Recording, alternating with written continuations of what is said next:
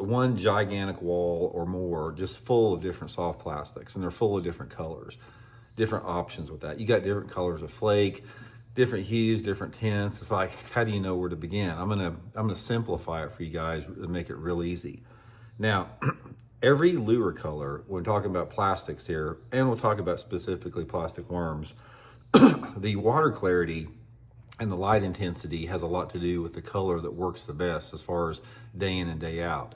But there's two colors I want to show you here, guys, that they're the most diverse color options as far as they work in the most diverse range of conditions of any bait that I've used, and they get the most bites. And the two that I use is, and I use Zoom stuff, guys, this is called the watermelon candy. Guys, this watermelon candy color is just freaking deadly. I catch tons of fish on it.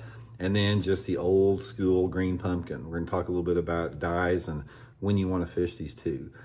These two worm colors right here have accounted for probably 75% of the bass that I've caught the last 10 years on soft plastics have come on these two colors, whether it be in like a trick worm or a Z-Craw or Z-Hog. I'll also, guys, I'll put the Zoom link in the description of the video. You can get this color through that link there and a bunch of different worms that they have.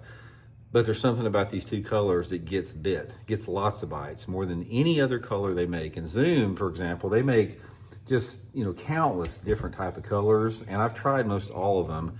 By far, these are the two most productive. Talk a little bit about where and when I like to fish that. Now, with a green pumpkin, guys, you can't go wrong in any time the water visibility is between, say, 1.5 feet or cleaner. A green pumpkin is going to be a good color choice. Day in and day out, sunny, cloudy, whatever, it's just a really good worm. I'll give you one tip on the green pumpkin worm that will help you guys catch a lot more fish on it, is you have to put dye on this tail to really accentuate, this effectiveness of it. And how much dye I put on it, it depends on the water clarity.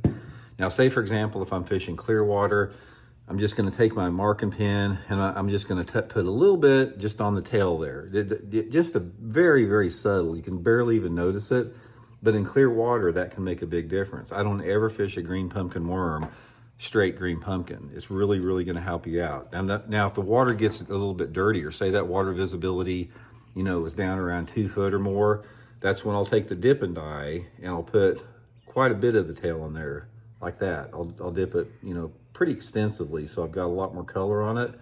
So again, it just depends on the water clarity, and the amount of dye that I put on that green pumpkin worms is directly related to the water clarity and the light intensity, whether it be cloudy or sunny. But green pumpkin, you can't